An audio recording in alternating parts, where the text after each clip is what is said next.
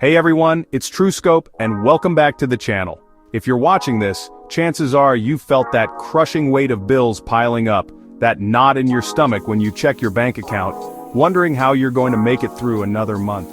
I know that feeling all too well. There was a time when I was literally living paycheck to paycheck, constantly stressed about money, feeling like I was stuck in a financial hamster wheel with no way out. Every unexpected expense felt like a catastrophe, and the dream of financial freedom, that seemed like something for other people, not for me. But then, something clicked. I realized that if I didn't make a drastic change, nothing would ever change. I was tired of the anxiety, tired of feeling controlled by my finances instead of being in control. So, I decided to dive headfirst into understanding personal finance, and slowly but surely, I started implementing specific habits. It wasn't an overnight miracle, let me tell you. It took discipline and consistency, but those small changes, compounded over time, led to a complete transformation. Today, I'm living a life I once thought was impossible, debt-free, building wealth, and most importantly, with peace of mind. And that's exactly what I want to share with you in this video. I'm going to break down the 7 core money habits that literally changed my life, taking me from broke and overwhelmed to financially secure and confident. These aren't complicated theories or get-rich-quick schemes. These are practical, actionable steps that anyone, and I mean anyone, can start implementing today to take control of their financial future. So grab a coffee, get comfortable, and let's get into it. Alright, the very first habit, and honestly the one that laid the foundation for everything else, is tracking every single rupee, every single dollar. Now, I know what you might be thinking. TrueScope? That sounds tedious, that sounds like a lot of work. And yeah, initially it might feel a bit like that. I used to be the king of vaguely knowing where my money went. I'd get my paycheck, pay some bills, buy some stuff, and by the end of the month, I'd be scratching my head, wondering where it all disappeared. It was like my money had a mind of its own, and it was always choosing to leave me. This lack of awareness was a huge source of my financial stress. Because how can you fix a problem if you don't even know the extent of it? But let me tell you, the moment I started meticulously tracking my income and expenses, it was like a blindfold was lifted. Suddenly I could see exactly where my hard-earned cash was going. Those daily coffees, the subscription services I'd forgotten about, the impulse buys, it all added up and it was shocking. Using a simple spreadsheet, or even one of the many budgeting apps out there, I started categorizing everything. This isn't about judging yourself, it's about gathering data. It's about understanding your own financial behavior so you can make informed decisions instead of just guessing. This single habit gave me the clarity I desperately needed to identify leaks in my budget and start plugging them, one by one. Okay, habit number 2, and this one is an absolute game changer, paying yourself first. This sounds simple, right? But the way most people operate, myself included back in the day, is they get paid, they pay all their bills, they spend on groceries, entertainment, whatever else, and then, if there's anything left over, maybe, just maybe, they'll save a little. That approach, let me tell you, rarely works for building any significant savings. There's always something that comes up, always another expense, and yourself ends up getting the leftovers or often nothing at all. It's like treating your future self as an afterthought, and that's a recipe for staying stuck. Paying yourself first flips that script entirely. It means that as soon as your income hits your account, a predetermined portion of it goes directly into your savings or investment accounts. You pay any other bills before you buy groceries, before anything else. Think of it as the most important bill you have to pay, a bill to your future self. I automated this process, setting up an automatic transfer from my checking account to my savings account on payday. This way I didn't even see the money, so I wasn't tempted to spend it. It forced me to live on the remaining amount, and surprisingly, I adjusted. It's a psychological shift that prioritizes your financial well-being and ensures you're consistently building that nest egg. Habit number 3 is one that can sneak up on you if you're not careful, avoiding lifestyle inflation, or what some people call lifestyle creep. Here's the scenario. You get a raise at work, or your business starts doing better, and suddenly you have more income. What's the first instinct for many? Upgrade. A bigger apartment, a fancier car, more expensive dinners, designer clothes. It feels good in the moment, like you're rewarding yourself for your hard work. And look, there's nothing inherently wrong with enjoying the fruits of your labor, but if every single income increase is immediately matched by an increase in spending, you're not actually getting ahead financially. I saw this happen to so many people and I almost fell into the trap myself. You get that extra income and your baseline expenses just expand to meet it. You're earning more, but you're not saving more, and you're definitely not building wealth any faster. The key habit I adopted was to consciously make an effort to maintain my current lifestyle, or at least a significant portion of it, even when my income went up. Instead of thinking, great, I can afford a more expensive car lease, I thought, great, I can now save and invest an extra X amount each month. That difference, that gap between your increased income and your stable expenses, that's your super-powered wealth-building engine. It accelerates your journey to financial freedom like nothing else. This brings us to habit number 4, which is absolutely crucial for long-term wealth learning about investing. For the longest time, the idea of investing terrified me. It seemed complicated, risky, and something only rich people with finance degrees did. I thought keeping my money safe in a savings account was the smart move.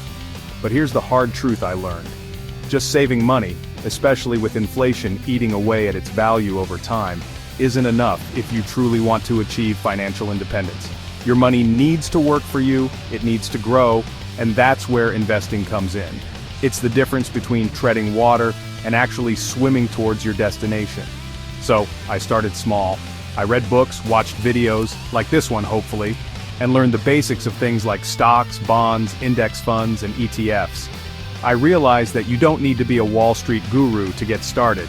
The key is understanding the power of compound interest, where your earnings start earning their own earnings, and adopting a long-term perspective. I began by consistently investing a portion of my savings, even if it was just a small amount to begin with, into diversified, low-cost index funds. It wasn't about picking the next hot stock. It was about participating in the overall growth of the market over time. This habit shifted my mindset from just being a saver to being an owner, a part owner of great companies, and watching that money grow, even while I sleep, is an incredible feeling. Chapter 5. The Debt Trap I Escaped. Why I said a big fat no to bad debt. Habit number 5 is a big one, and it's about drawing a hard line in the sand, saying no to bad debt. Now, not all debt is created equal. There's debt that can potentially help you build assets, like a sensible mortgage on a home or a loan for a business that generates income. But what I'm talking about here is the insidious, wealth-destroying kind of debt, typically high-interest consumer debt.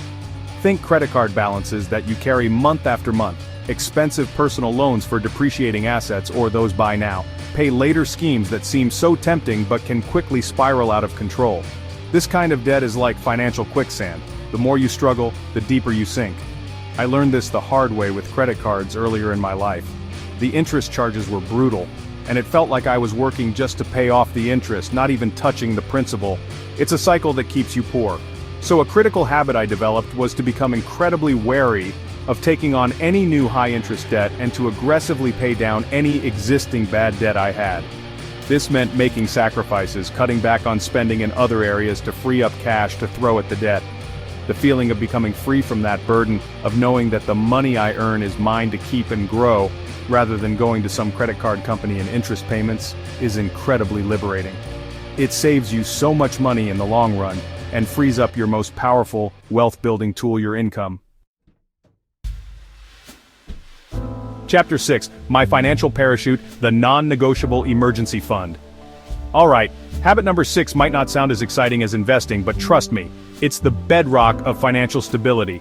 Building and maintaining an emergency fund. Life is unpredictable. Your car breaks down, you have an unexpected medical bill, you lose your job. These things happen, and often when you least expect them. Without an emergency fund, these unforeseen events can turn into full-blown financial crises. You might be forced to go into high-interest debt, sell investments at the wrong time, or completely derail your other financial goals just to cover the costs. It's like trying to build a house on shaky ground. One tremor and everything can come crashing down. I used to live on the edge, one unexpected expense away from disaster. The stress was immense. Building an emergency fund was one of the first things I prioritized. The general rule of thumb is to have 3 to 6 months worth of essential living expenses saved up in an easily accessible liquid account, like a high-yield savings account. This isn't money you invest for growth. This is your financial safety net, your parachute. Knowing that I have that cushion provides an incredible sense of peace of mind. It allows me to weather life's storms without panicking and without having to sacrifice my long-term financial progress. It's truly a non-negotiable part of any solid financial plan, believe me. Chapter 7. From vague wishes to concrete reality, the power of setting clear money goals. And finally, habit number 7. The one that ties everything together and gives all your efforts direction: setting clear money goals. For a long time, my financial goals were pretty vague. I want to save more money, or I want to be rich someday. Sound familiar? The problem with these kinds of wishes is that they're not actionable. They don't give you a target to aim for or a roadmap to follow. It's like setting off on a journey without a destination in mind. You'll just wander aimlessly. Without clear goals, it's easy to lose motivation and slip back into old habits. Everything changed for me when I started setting SMART goals: specific, measurable, achievable, relevant, and time-bound. Instead of save more, it became save X amount by Y date for a down payment on a house. Instead of be rich, it became invest Z amount monthly to achieve financial independence by age A. Suddenly, my financial decisions had purpose. Knowing I was tracking my spending, I was paying myself first. I was avoiding lifestyle inflation, made all the discipline worthwhile. Visualizing those goals, that dream house, that worry-free retirement, that ability to travel, became a powerful motivator. It transforms your financial journey from a chore into an exciting pursuit of your dreams.